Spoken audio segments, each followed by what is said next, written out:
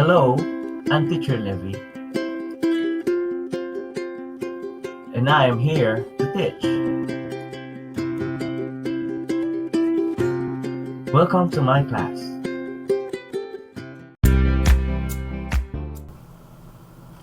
Unit 2, Subject and Content of Art.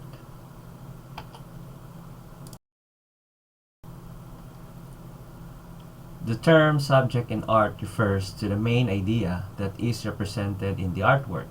It is the essence of the piece. It is the matter to be described or to be portrayed by the artist. This may refer to any person, object, scene, or event.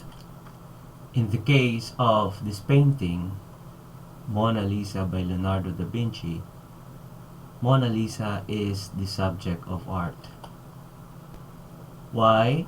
Because Mona Lisa is the literal, visible image in the art. So, paano ba natin nalalaman kung ano yung subject of art? So, here are the questions. To determine subject matter in a particular piece of art, ask yourself. Number 1, what is actually depicted in this art? Ano nga ba ang pinapakita ng isang artwork? That is the subject of art. Secondly, what is the artist trying to express to the world? Ano ang gusto nitong iparamdam? Thirdly, what is his or her message? Ano yung mensahe? That is the subject of art. And the last, and how are they conveying that message? Paano na ipadadala ang mensahe? There are two kinds of arts as to the subject. Number 1 is the representational or objective art. So, it depicts objects that are commonly recognized by most people. Sabi nga ng iba, common sense. Makikita mo kaagad kung ano yung nasa picture or in a artwork. It attempts to copy what is real or portray the subject as it is. Kung ano yung nakikita mo, yun ang subject of art that is obviously can be identified easily, like in the picture here. And it also uses form and are concerned with what is to be depicted. Gumagamit ito ng form na madaling maunawaan. Secondly, we have the non-representational or the non-objective art. Without any reference or recognizable objects, hindi siya kaagad nauunawaan. Abstract does not represent real objects. Di kagaya nung una na may nire-represent siyang object in the real world, this time there is none. It uses content rather than form, and is concerned with how the artwork is depicted, not what. Just like what's in this picture. Paano ba pumipili ang artist ng kanyang subject of art? 1. Everything under the sun is raw material for the artist to draw his subject. 2. The artist's choice of subject is usually affected by his medium. 3. The piece of art depends largely upon the time in which he lived. In our present time, kahit anong makita mo nowadays ay pwedeng maging subject of art. Pwedeng ito ay technology or nature, or it depends on the medium you are going to use in your artwork. So here are the sources of subject of art. Number 1 is nature. Number 2 is history. 3 is Greek and Roman mythology. 4 is religion. And 5 is sacred Oriental texts. Subject of art may be a landscape, a seascape, or cityscape as you can see in the picture. It can be a still life, which is an inanimate object arranged in indoor setting. It could be animals. It could be portraits, that is a realistic likeness of a person. It includes the attire and the accessories, which are very expressive. It could also be a figure, which could be nude or cloth. Among the Greeks, physical beauty was the symbol of moral and spiritual perfection. Everyday life is also could be a subject of art. Life around the artist or the actual setting. History and legends could also be subject of art. History consists of verifiable facts, while legends are unverifiable but they have been accepted as true, like this in the picture Manananggal. The subject could also include religion and mythology. Religions and mythology use art to preach and to teach their beliefs and practices. Our dreams and our fantasies could also be used as the subject of art, like this one in the picture, becoming a pirate. What are the ways of presenting the subject? One, we have the realism. This often refers to the artistic movement that began in France in the 1850s.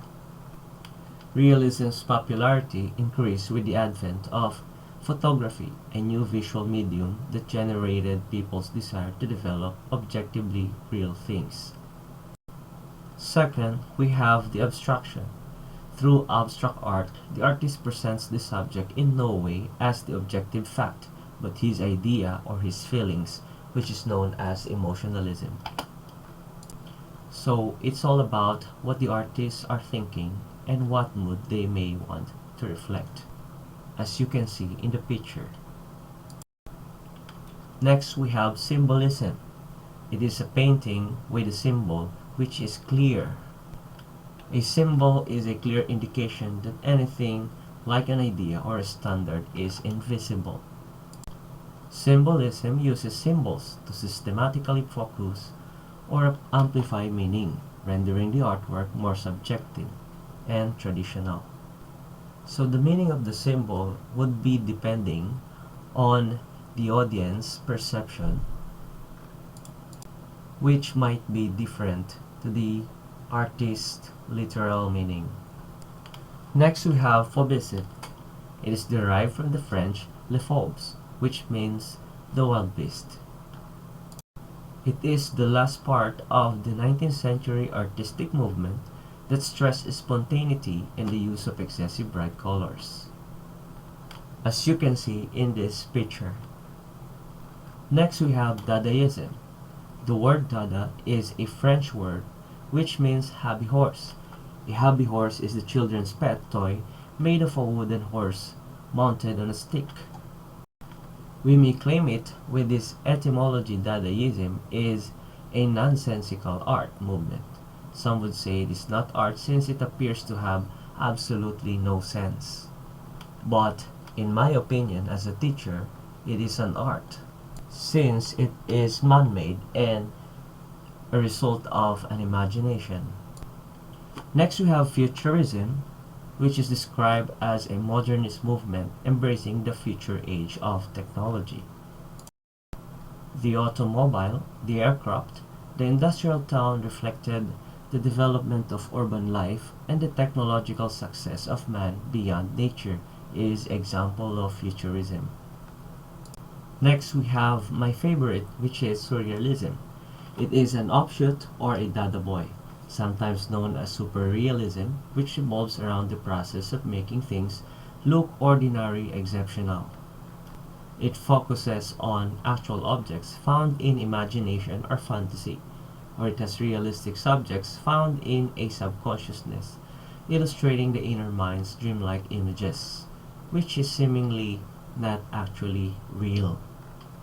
So if you found yourself daydreaming, you can create surrealist arts. Next, we have Impressionism. It's also often called optical realism because of its interest in the actual visual experience, including things such as influence of color, light and motion, and the nature of the objects portrayed in the works of art. As you can see in this picture, Impressionism centered on explaining the visual stimuli originating from nature directly by the use of colors. There are actually movements in this painting. We are actually done with the subject of art. Let's move on to the content of art. Content of art is the meaning, the message, or feeling imparted by a work of art. This is the actual content of the artwork. Ano yung nilalaman at meaning ng mismo artwork. It is the mass of ideas associated with each artwork and communicated through the following. 1. Art's imagery. 2. The symbolic meaning. 3. Its surroundings where it is used or displayed. 4. The customs, beliefs, and values of the culture that uses it. And 5. Writings that help explain the work. So there are 3 levels of meaning according to Cleaver, 1966. Number 1, it is the factual meaning, which is the literal statement or the narrative content in the work, which can be directly understood because the objects presented are easily recognized. The meaning of an artwork is factual kapag ito ay madaling ma-recognize because it has a literal meaning. What you see is what you get. Next, we have this conventional meaning, which is the special meaning that a certain object or color has for a particular culture or a group of people. An example of conventional meaning of a painting is whenever you see red in a certain painting, it could be identified as love or a war. That's the conventional meaning. Next, we have this subjective meaning, which is any personal meaning consciously or unconsciously conveyed by the artist using the private symbolism which stems from his own associations of certain objects, actions, or colors from past experiences. So in this meaning, it is mostly coming from the artist, while the conventional meaning includes the perception of the audience or kung sino yung tumitingin ng mismong artwork. Depende sa symbols na alam niya at na-recognize niya. On the other hand, we have the subjective meaning, which is identified based on the ideas of the artist. There are times that the subjective meaning of an artwork is different from the conventional meaning of the artwork. So, all we need to do is to ask the artist. So, that's it for today. Thank you so much for listening and please subscribe to my channel. Once again, my name is Levi Richard B. Isidro and I am signing off.